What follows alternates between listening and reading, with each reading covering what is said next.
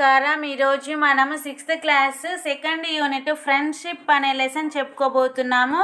చూడండి, ఫ్రెండ్షిప్ ఇందులో learning outcomes వచ్చేసరికి మనకు learners will be able to understand the value of friendship and its importance. స్నేహం యొక్క విలువను మరియు దాని ప్రాముఖ్యతను అర్థం చేసుకుంటారు.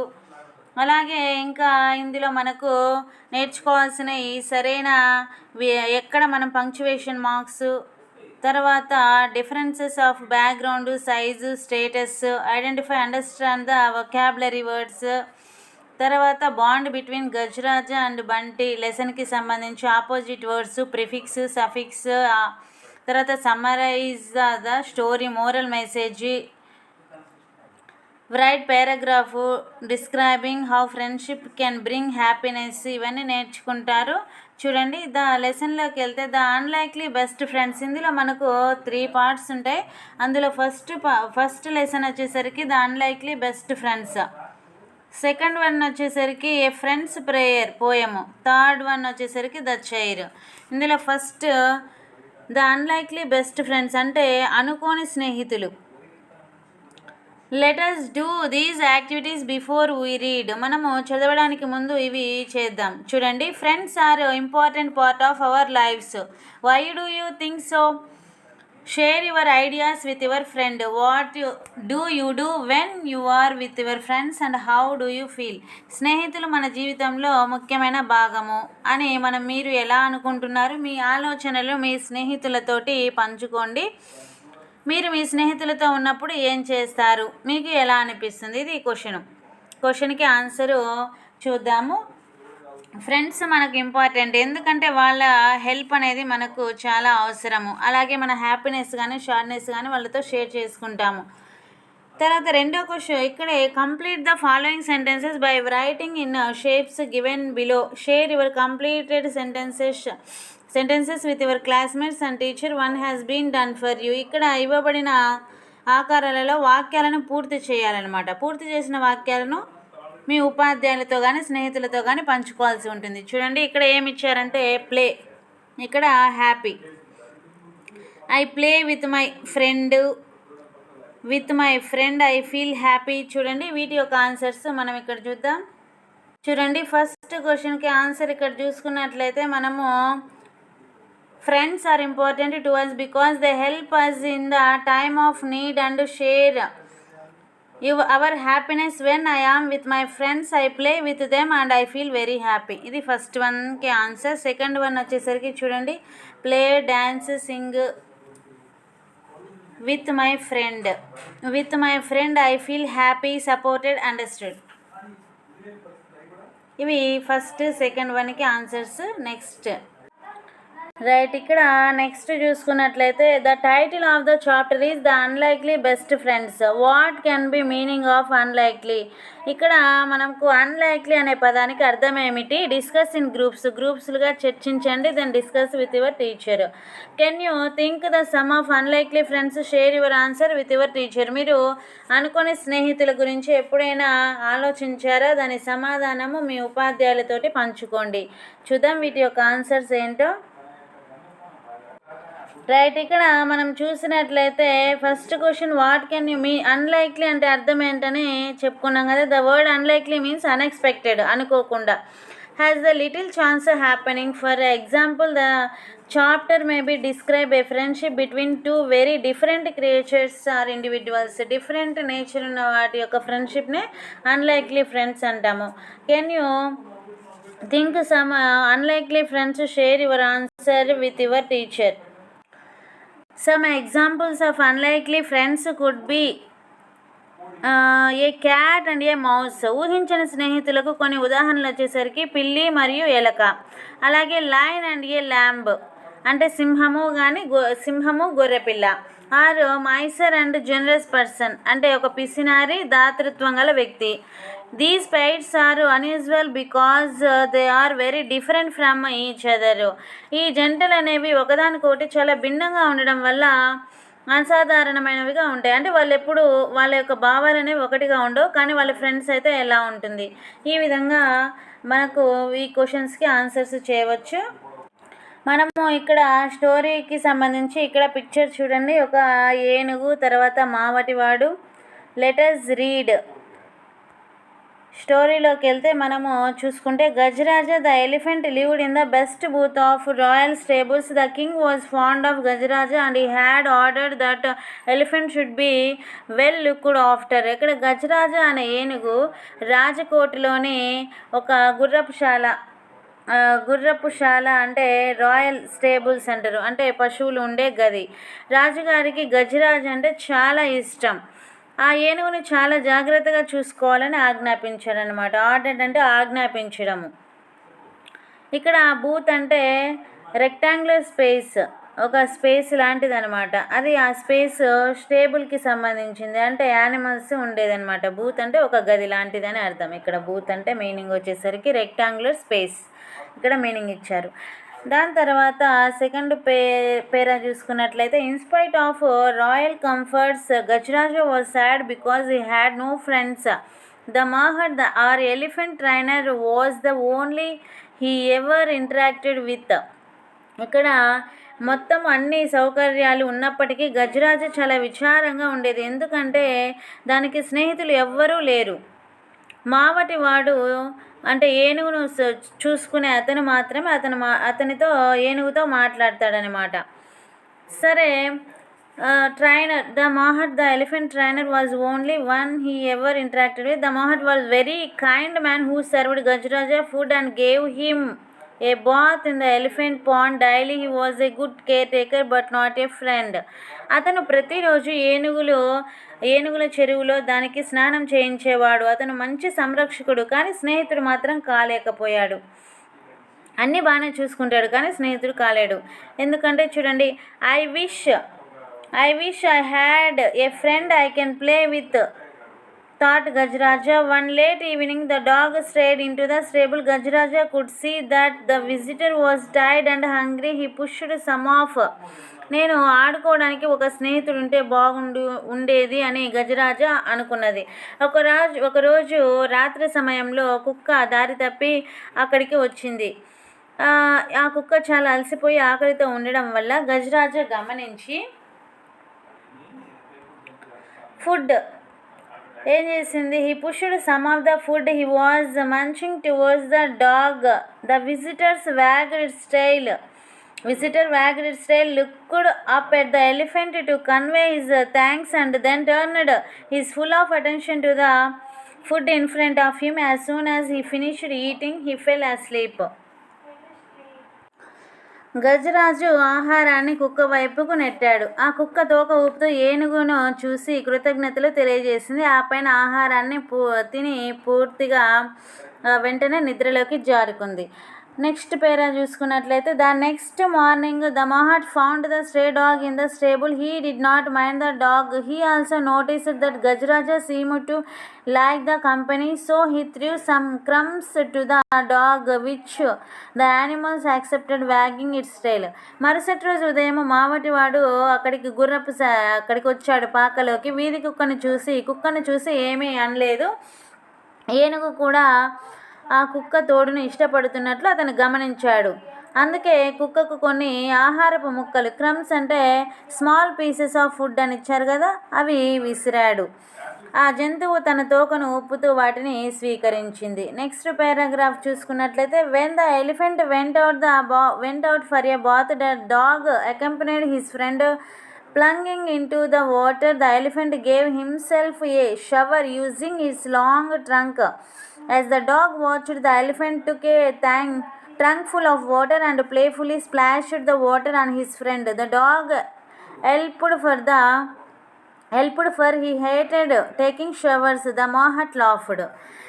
ఏనుగు స్నానానికి వెళ్ళినప్పుడు కుక్క కూడా వెళ్ళిందనమాట. నీటిలోకి దూకి ఆ ఏనుగు తన తొండంతో స్నానము చేసుకుంది.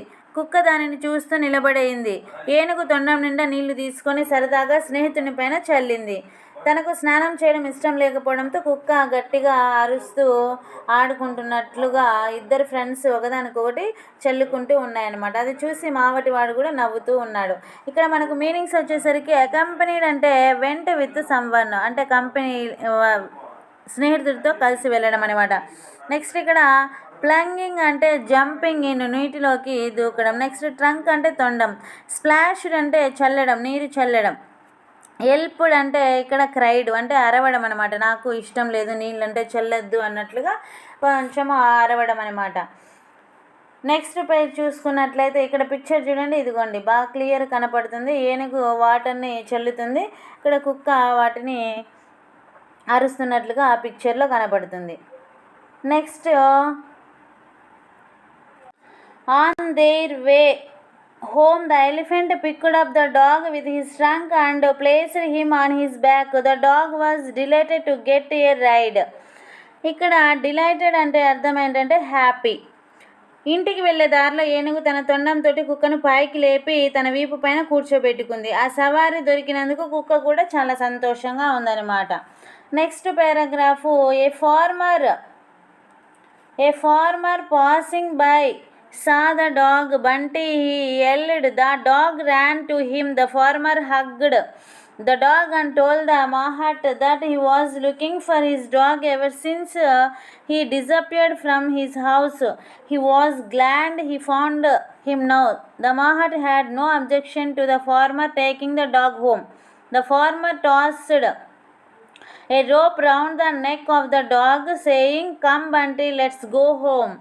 ఇక్కడ దారిన వెళ్తున్నప్పుడు ఒక రైతు కుక్కను చూసి బంటి అని గట్టిగా అరిచాడు. ఆ కుక్క అతని వైపు పరిగెత్తింది. రైతు ఆ కుక్కను హత్తుకొని తన ఇంటి నుంచి కనిపించకుండా పోయినప్పటి నుంచి తన కుక్క కోసం వెతుకుతున్నానని మావటి వాడికి చెప్పాడు. ఇప్పుడు అది దొరికినందుకు చాలా సంతోషించాడు. రైతు ఆ కుక్కను ఇంటికి తీసుకెళ్ళడానికి మావటి వాడికి ఎటువంటి అభ్యంతరము లేదు. రైతు కుక్క మెడలో తాడు వేసి రాబంటి ఇంటికి వెళ్దామని తీసుకెళ్ళాడనమాట. ఇక్కడ మనకు వర్డ్స్ వచ్చేసరికి హగ్గుడ్ అంటే హత్తుకోవడం, డిసపియర్డ్ అంటే వాజ్ నాట్ సీన్ కనిపించకుండా పోవడం, డిలైటెడ్ అంటే హ్యాపీ. నెక్స్ట్ లెటర్స్ డిస్కస్ అని ఇక్కడ మనకు క్వశ్చన్స్ ఇచ్చారు. ఒక 3 క్వశ్చన్స్ చూడండి. First one, talk about the things Gajaraja and Bunty did together. Now write in the shapes given below one has been done for you. ఏనుగు కుక్క రెండు కలిసి చేసిన పనుల గురించి మనం ఇచ్చిన ఈ ఆకారాలలో రాయమన్నారు. చూడండి, బంటి అండ్ గజరాజ ప్లేడ్, వాళ్ళిద్దరు కలిసి ఆడుకున్నారు. మిగిలిన ఏమేమి రాయాలో చూద్దాం. నెక్స్ట్ వచ్చేసరికి సెకండ్ క్వశ్చన్లోకి వెళ్తే, why did the farmer hug Bunty, రైతు బంటిని ఎందుకు హత్తుకున్నాడు. Next, do you think Bunty will leave Gajaraja and go home with the farmer, Bunty గజరాజును వదిలి రైతుతో కలిసి ఇంటికి వెళ్తుందని మీరు అనుకుంటున్నారా. ఈ క్వశ్చన్స్కి ఆన్సర్ మనం చూద్దాం. రైట్, లెటర్స్ డిస్కస్లో భాగంగా మనకు చూడండి, Bunty and Gajaraja played, bathed. Next, went on rides, ate and slept together. ఈ పనులన్నీ వాళ్ళిద్దరు కలిసి చేసినవి. తర్వాత రెండో క్వశ్చన్ వచ్చేసరికి, why did farmer hug Bunty అంటే, the farmer hugged Bunty because he was happy to find his lost dog. పోయిన కుక్క కనపడినందుకు చాలా హ్యాపీగా ఫీల్ అయ్యాడు, అందుకని హత్తుకున్నాడు. థర్డ్ క్వశ్చన్ చూసుకున్నట్లయితే ఇక్కడ బంటి గజరాజును వెళ్ళి వదిలిందంటే, no I don't think Bunty will leave Gajaraja and go home with the farmer. Bunty and Gajraja have formed a strong relationship. They are happiest when they are together. వాళ్ళిద్దరు కలిసినప్పుడు హ్యాపీగా ఉన్నారు కాబట్టి నేను అలా అనుకోవట్లేదు అని ఇక్కడ మనకు ఆన్సర్ ఇచ్చారు. నెక్స్ట్ పార్ట్ 2కి వెళ్తే ఇక్కడ చూద్దాం. Only when the farmer pulled the rope did not the dog realize that he was being taken away from his friend. He yelled. The elephant winced, but neither the farmer nor the Mahat noticed that the two friends were in tears. రైతు తాడును లాగినప్పుడు మాత్రమే కుక్క తన స్నేహితుడి నుంచి దూరం అవుతున్నానని తెలుసుకుంది. అది బాధతో అరుస్తుంది. ఏనుగు కూడా విలవిల్లాడిపోతుంది. కానీ ఇద్దరు స్నేహితుల కళ్ళలో నీళ్లు తిరగడాన్ని రైతు కానీ మావటివాడు కానీ ఇద్దరు గమనించలేదు. Next paragraph, the next day at lunch time the Mahat served Gajraja his favorite food. When the Mahat came back after finishing his other chores, అంటే పనులు, ఇంట్లో ఉన్న పనులు, he was surprised to see that food had remained untouched. ఇక్కడ realise అంటే understand. Next, విన్స్డ్ అంటే struck back in pain or distress. Next chores అంటే daily duties, ఇంట్లో మనం చేసే పనులు అనమాట. ఇక్కడ మరుసటి రోజు మధ్యాహ్నం భోజనం సమయంలో మావటివాడు గజరాజుకు ఎంతో ఇష్టమైన ఆహారాన్ని వడ్డించాడు. మావటివాడు తన మిగిలిన పనులన్నీ పూర్తి చేసుకొని తిరిగి వచ్చినప్పుడు ఆహారము అలాగే ఉండిపోయింది. చూసి ఆశ్చర్యపోయాడు. చూడండి, ఇక్కడ మనము గమనిస్తే మావటివాడు, ఇక్కడ కుక్క, అలాగే గజరాజా, ఇతను రైతు అనుకుంటా. నెక్స్ట్ చూద్దాము. Why Gajraja, aren't you hungry? He asked concerned. The elephant did not react. He may have slight indigestion. Let me not force him to eat, thought the Mahat. ఏంటి గజరాజు, నీకు ఆకలిగా లేదా అని ఆయన ఆందోళనగా అడిగాడు. మావటివాడు ఏనుగు మాత్రం ఏమీ చెప్పలేదు. అతనికి కొద్దిగా అజీర్ణం చేసిందేమో అని అనుకున్నాడు. తినమని నేను అతన్ని బలవంతం చేయను అని అతని మనసులో అతను అనుకున్నాడు అనమాట. ఇక్కడ వచ్చేసరికి మనకు స్లైట్ అంటే లిటిల్, ఇండైజెషన్ అంటే అప్సెట్ స్టమక్, కొంచెం అజీర్తి చేయడం, టమ్మీ అంటే స్టమక్. చూడండి next, that night too Gajaraja did not touch his food not the next day. Now the mahout was worried. He ran his hand on the Gajraja's tummy and felt there was nothing wrong. Why was he not eating then? Is he missing his friend, the dog? The Mahat wondered. ఆ రాత్రి కూడా గజరాజ తన ఆహారాన్ని ముట్టుకోలేదు. మరుసటి రోజు కూడా అంతే.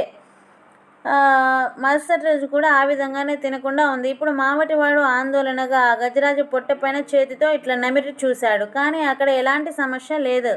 మరి అలాంటప్పుడు ఎందుకు తినడం లేదు? స్నేహితుడైన కుక్కను గుర్తు చేసుకుంటున్నాడేమో, మిస్ అవుతున్నాడేమో అని మావటివాడు ఆశ్చర్యపోయాడనమాట.